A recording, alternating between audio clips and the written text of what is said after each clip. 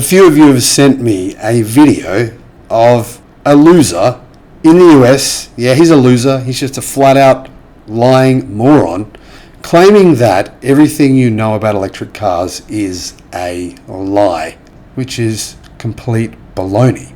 You've asked me, you guys, some of you have asked me to refute his claims, but to be honest, I can't be bothered. They're so ridiculous that I don't think anyone's actually listening to him. That's what I want you to know. However, what I want you to do is, if you are subscribed to his channel, go there, unsubscribe. Hello, my friends.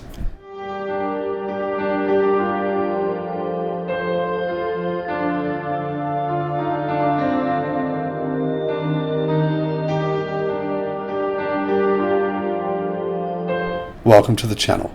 I'm the Electric Viking. Great to see you. Hope you had an amazing week this week.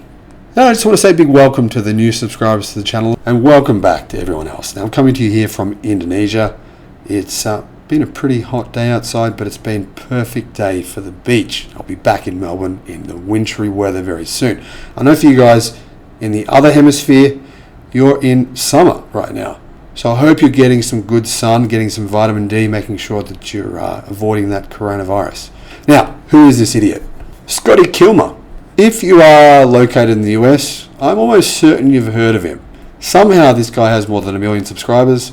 To be frank, a lot of them must be just plain stupid, because a lot of the stuff he says is absolutely idiotic. The guy's a lunatic. Anyhow, let's begin. A lot of noise has been made about how buying an EV means you're going green and is looking more like a white lie, according to the experts who claim, right, that the carbon load of EV manufacture is worse than that of internal combustion engine vehicles. Well, first of all, when you manufacture an EV, right, sure, it may or may not be true, depending on which factory that EV is made in, where the energy used to produce that EV comes from. It might be produced from coal, it might be produced from renewable energy. I mean, if it's produced from energy from the sun or from the wind, then obviously it's not going to be more. So it really depends on where the factory is located. I don't have the numbers for that, but I do know this. When you manufacture an EV, a lot of Chinese car companies will give you a lifetime warranty on the battery. Why do they do that? Well, because the batteries will last more than 1 million kilometers. Can you say the same about any internal combustion engine vehicle? No, you cannot.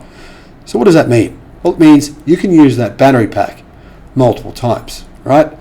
And once that battery pack is done 1 million kilometers and then it's being used in an RV and then it's used up in 30 years time from now, do you know what's going to happen with that battery? I'll tell you what's going to happen.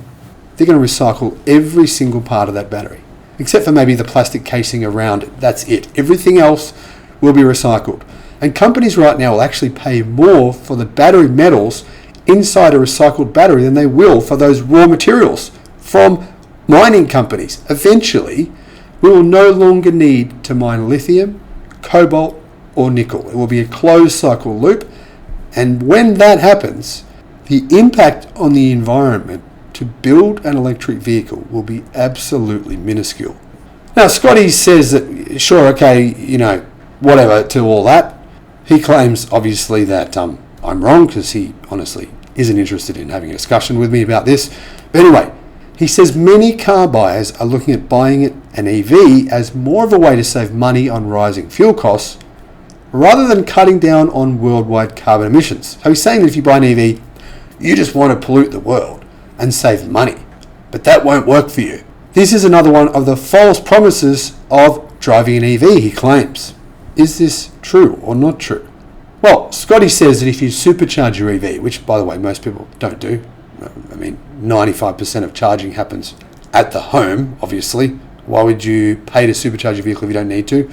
More than 95% of charging, in fact, happens at the home. So obviously this is incorrect for 95% of all cases, but in the, say, 4 to 5% of cases where people do use supercharging, maybe you live in an apartment and you need to, then, according to a recent Scotty Kilmer YouTube video rant, he tells viewers, "I told you so. The actual cost of charging up your EV is not going to be sensible. It won't save you any money." And he says that what we are seeing now in EV charging costs is that they are expected to rise even higher as more car owners become dependent on how they go about charging their EVs. Now, I'll put a link in the description below to his video.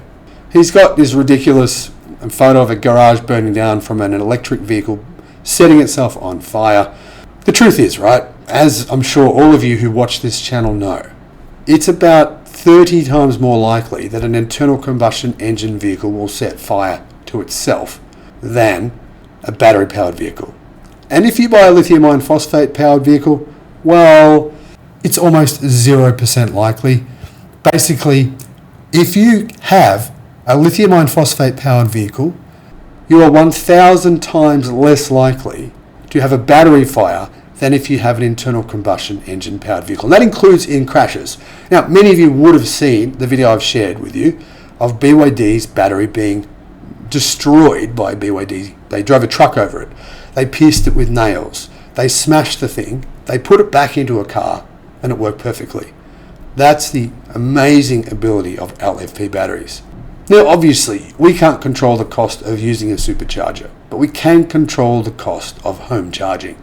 You can install solar, you can have wind generation, you can just use electricity from your local grid, which is about, on average, 80% cheaper than using the massively overpriced fuel right now. Diesel, gasoline, petrol, whatever you want to call it. It's way more expensive than even using a supercharger. So Scotty's just brain dead on all these claims that he makes. He's not even worth taking seriously, but unfortunately the reality is, a lot of people who watch his YouTube channel obviously aren't particularly smart. So he's brainwashing them with his nonsense, sort of like the media do in the US, they brainwash people with garbage. So my suggestion is, if you are subscribed to his channel, go there and unsubscribe. We need to send the guy a message. We need to tell him that brainwashing people with lies is not okay. Stopping the electric revolution is not okay. Stopping people from making a smart choice, making the world better, that's not okay. Let's join together. Let's do this. Let's make a statement. Thanks for watching.